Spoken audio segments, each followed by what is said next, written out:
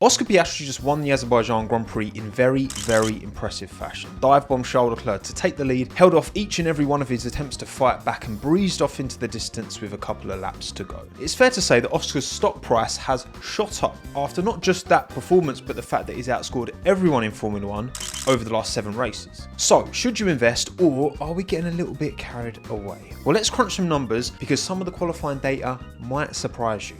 My name's Tommo, let's talk about it. Bum bum bum bum bum bum. You can't talk about Oscar Piastri in 2024 without acknowledging the fact that it was a bit of a slow start this year. In fact, his first 7 Grand Prix of the season could not contrast much more to his most recent 7. 0 podiums versus 5, 0 wins versus 2, 53 points versus 135. Lando Norris, on the other hand, in his first 7 races, managed 4 podiums and won round 6 in Miami. Yes, of course, McLaren did have an upgrade at round 6, Miami, which definitely improved the car. However, Lando did manage to score podiums in China, in Australia, both races prior to the upgrade coming in. Yes, of course, I know team orders were used round 3 Australia for Lando to jump ahead of Oscar Piastri. He was on the fresher 5-lap pressure hards at the time. I get why the team done it, and Lando finished 16 seconds ahead of Oscar with no one in between them. So straight up, Norris was the quicker driver on the day, for sure. China round 5 was pretty unlucky actually for Oscar. He lined up behind Lando and was running pretty well, got caught out with an unfortunate time safety car without Bottas braking down. It didn't work with his pit stops. He ended up right in and amongst it, and unfortunately when Stroll harpooned the back of Ricciardo, that knock-on effect went into the back of Oscar and damaged his diffuser. And Miami round 6, I mean, that was pretty bad luck as well. He started P6 but managed to get himself to P2 by lap 10, was absolutely cooking. Max pitted lap 24. Oscar was leading the Grand Prix until he came in himself on lap 28.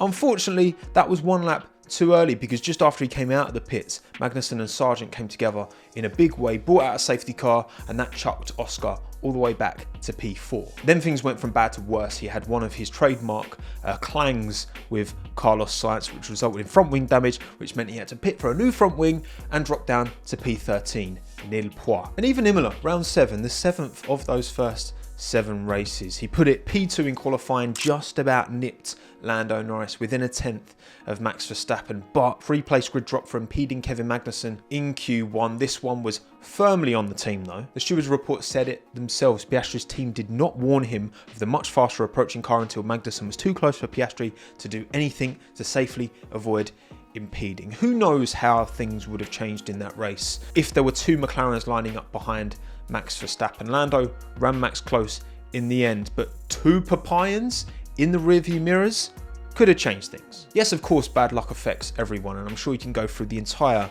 20 Formula 1 drivers in their first 7 races and identify times that they got unlucky. However, it felt like Oscar was disproportionately on the receiving end, if you ask me. And given his 32 points behind Lando Norris as of recording with 7 races to go, I mean, I think there's at least 20 points worth of bad luck in that first 7. But either way, incredibly impressive. Just started his 2nd season in Formula 1 as well, by the way, at the start of the year. Only 23 years of age, because he's still so young. I mean, look, let's take a look at his company. Age is but a number and relative to your experience, blah, blah, blah. Let's look at his company amongst the other 7 drivers in those top 4 teams in F1 right now. Because it's easy to forget how comparatively completely new to this game he is relative to everyone he's fighting with. Max Verstappen, 202 starts, 108 podiums. Lando Norris, 121 starts, 23 podiums. Charles Leclerc, 142 starts, 39 podiums. Carlos Sainz, 199 starts, 23 podiums. Lewis Hamilton, 349 starts, 201 podiums. George Russell, 121 starts, 14 podiums. Sergio Perez, 274 starts, 39 podiums. Oscar Piastri, 39 starts, 8 podiums. Like, come on, it's not even close. These drivers he's going toe-to-toe with are all in triple digits of races and all in double figures of podiums, if not triple. This relative inexperience has to count for something, because surely this means that Oscar isn't even in his final form yet, whereas you can certainly argue most of the drivers around him are either at their peak or maybe even past it. I remember the words of Franz Tost, ex-Toro Rosso team principal, the man responsible for nurturing and bringing in all this Red Bull talent over the years through that junior team and into the top team. Not that they've all made it, but so much of the grid is ex-Red Bull, whether it's Vettel and Verstappen, Sainz and Albon, Gasly and Ricciardo. Franz Tost knows what he's talking about when it comes to young drivers developing and improving, getting their feet in Formula One more than pretty much anyone. And speaking last year, I always say if a rookie is coming into Formula One, he needs a minimum 3 years to understand what's going on here.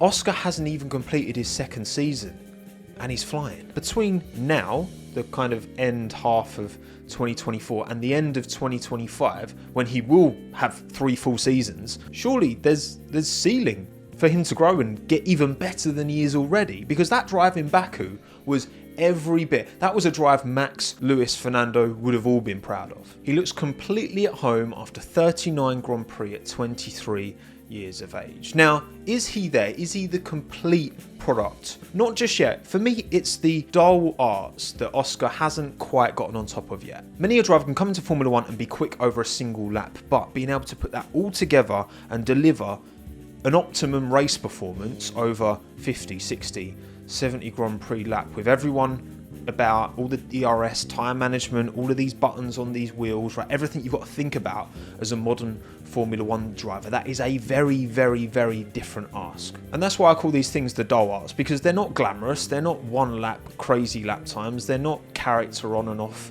track. They are the necessary things that we don't really see as fans and just take as a given. It just takes time and it comes with experience, and Oscar's relative lack of inexperience, I think, has manifested particularly in time management. But the thing is, he is getting there, and a performance like Baku, I think, absolutely proves that. Oscar knew he had an opportunity to get Charles early on and put himself in clean air. He said it himself in Belgium, clean air is king. These ground effect regulation cars are not as slippery as they were in 2022. They're creating a lot more vortices in the air. They're creating a lot more dirty air behind. He knew that was imperative, in part because of that, but also I think because he does have an inherent lack of tyre preservation, time management that these guys around him who all have triple digit race starts have. But Oscar had the nous to know exactly what he needed to do to get the job done, burn up Charles' tyres by keeping him behind and keeping him in the dirty air,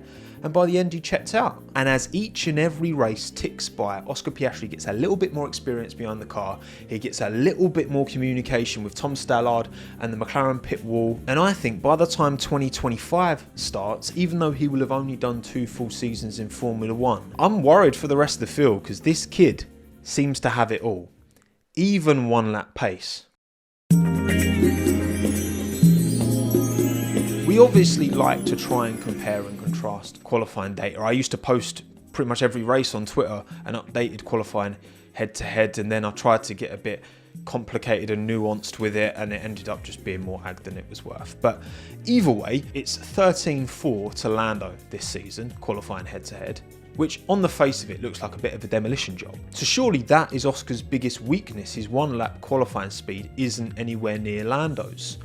Well, hang on a second, because that's not quite right. Look, I mean, first of all, underestimate Lando Norris's 1 lap pace at your own peril. This is a guy who outqualified head-to-head Carlos Sainz in his rookie season 11-10, then 9-8'd him in 2020, then Ricciardo came in, he 15-7'd Ricciardo, and then 20-2'd Ricciardo in 22. Head-to-head at least, Lando has never been outqualified by a teammate throughout his time in Formula One, and Sainz, Ricciardo and Piastri, 3 pretty decent F1 drivers, I think that's fair to say. But then looking at this season, I wanted to understand that 13-4 gap a little bit more. So I opened up Google Sheets and got to work, and once again thank you to F1 Tempo for delivering all of the ability to find out this information in the data link below. So what I've done is I've compared 76 comparable qualifying laps between Lando Norris and Oscar Piastri in 2024. These laps could come in Q1, Q2 or Q3. We're not just looking at the headline times here. These laps must be set on the same tyres within 2 minutes of one another, with all outliers ignored. That way we're looking at qualifying laps in as equal conditions in terms of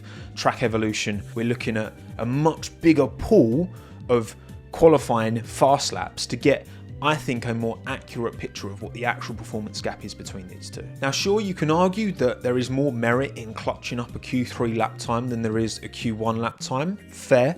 However, I would say I think the field spread now between the bottom and top, especially in qualifying, is so tight. I don't think anyone, whether you're in a McLaren or in a Sauber, can afford to not go for it, even in Q1. So with that in mind, this is how the two compare in qualifying over the course of the season. 17 sessions, 76 laps compared. So take a look at Bahrain. Even though in the end there were only 67 thousandths between the two of them, Lando was dunking so heavily on Oscar in those first 3 push laps over Q1 and Q2. That put the average actually at 0.584 seconds. So you would look at that qualifying session in Bahrain and think, oh, it was very close, but actually Lando was comfortably quicker than Oscar for the majority of it, and I think that should be reflected. But then outside of Bahrain, Spain and Monza, every single session it's been within 0.2, more like within 1. And you know what's mad? In this data set, using these 76 laps that I deem to be comparable, instead of it being 13.4 to Lando Norris,